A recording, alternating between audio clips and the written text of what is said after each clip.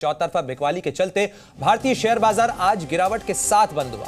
Global market से कमजोर संकेतों के बीच निवेशकों ने मुनाफा वसूली की और सेंसेक्स करीब 800 अंक टूट गया। वहीं निफ्टी गिरकर 25,500 के पास आ गया। शेयर बाजार से जुड़ी ज्यादा जानकारी के लिए हमारे साथ जुड़ रहे हैं जी बिजनेस के मैनेजिंग एडिटर अनिल सिंघवी जी।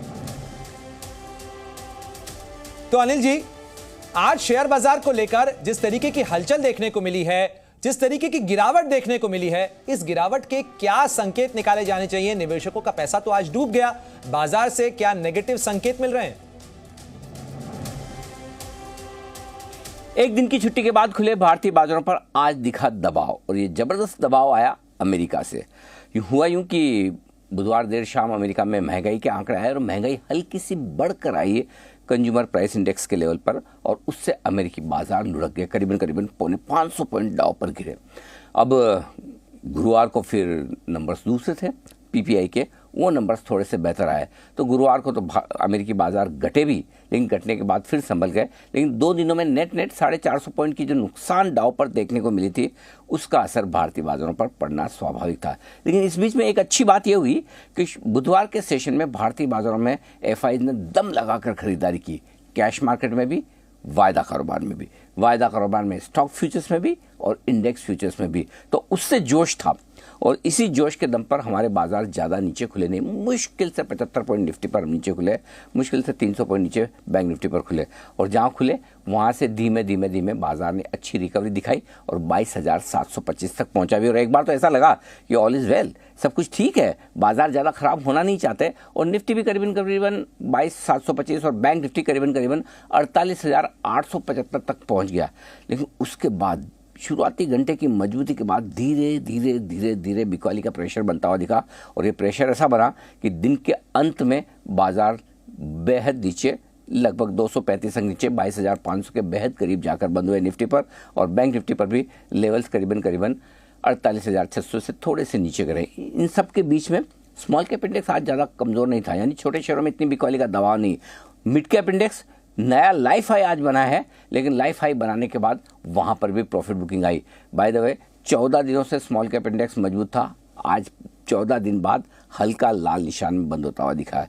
ओवरऑल अगर आप इस लिहाज से बाजार देखेंगे तो वैसे तो एफआईज के डेटा के दम पर आज मजबूत सेशन रहना चाहिए था, रहा भी, लेकिन ग्लोबल मार्केट्स की कमजोरी थोड़ी सी भारी पड़ गई, और भारतीय बाजारों में जो 1000 पॉइंट की एक तरफा तेजी बनी थी 21,700 से 22,800 के आसपास तक, आज उस पर थोड़ा ब्रेक लगाए, थोड़ी प्रॉफिट बुकिंग हुई है। लेकिन राहत की बात इतनी है, आप 22,500 के इम्पोर्टेंट सपोर्ट लेवल निफ्टी पर और 48,400 के important support level bank Nifty पर, उसके ऊपर बंद हुए हैं वीकली क्लोजिंग के लिहाज से। तो हफ्ते की क्लोजिंग के लिहाज से कोई खास चिंता की बात नहीं, हल्का फुल्का रनिंग करेक्शन बाजार में आज के दिन देखने को मिला है। अनिल जी, आप जो है महारत रखते हैं, क्योंकि बाजार की नब्ज पे आपका हाथ हमेशा रहता है। आपने पूरा जो एक तरीके से एक्सरे था बाजार का, वो आज सामने रख दिया।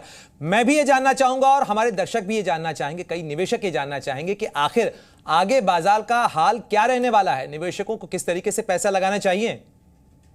सोमवार को जब हम लौटेंगे ट्रेड के लिए, तो हमारे लिए 3 चीजें सबसे इंपॉर्टेंट होगी। पहला, आज रात अमेरिकी बाजारों का प्रदर्शन। भारतीय बाजारों के बंद होने के वक्त 50-60 पॉइंट ऊपर डाउ फ्यूचर्स ट्रेड करते हुए दिख रहे थे। तो देखते हैं एक दिन की तेज गिरावट, फिर दूसरे दिन का मिला जुला कारोबार, और आज अमेरिका में देर रात क्या कुछ होता है। पहला फैक्टर वो है। दूसरा फैक्टर जिसकी वजह से भारतीय बाजारों में आज वीकेंड सेशन के पहले डर था, वो ये कि कहीं वीकेंड पर जियोपॉलिटिकल टेंशन, ईरान, इजराइल वगैरह वगैरह में कोई तनाव न बढ़ जाए। इसके चक्कर में आज हमारे बाजार उठ नहीं पाए कि कौन पोजीशन ज़्यादा रखे, रिस्क कौन रखे तेजी की तरफ। सोमवार को पता नहीं कुछ खबरें सुनने को देखने को मिले, तो वो एक बड़ा फैक्टर होगा कि वो खबरें आती है या नहीं। तीसरा बड़ा फैक्टर होगा कि वैसे तो बुधवार के सेशन में एफआई ने दम लगाकर खरीदारी की, लेकिन क्या वैसी ही खरीदारी का आंकड़ा आज दिखता है? संभावना तो नहीं के बराबर है। तो फिर बेचा होगा, बेचा तो कितना और कितने जोर से, ये आंकड़ा भी सोमवार के लिए बड़े काम का होगा। अब इन सब के बीच में आप जहां बंद हुए बेहद इंपॉर्टेंट सपोर्ट लेवल के आसपास है। अब सोमवार के लिए निफ्टी पर जो मजबूत सपोर्ट का काम करेगा वो है 22,425 से 22,500 की रेंज, और ऊपरी स्तरों पर 22,650 से 22,750 की रेंज है रुकावट की जगह।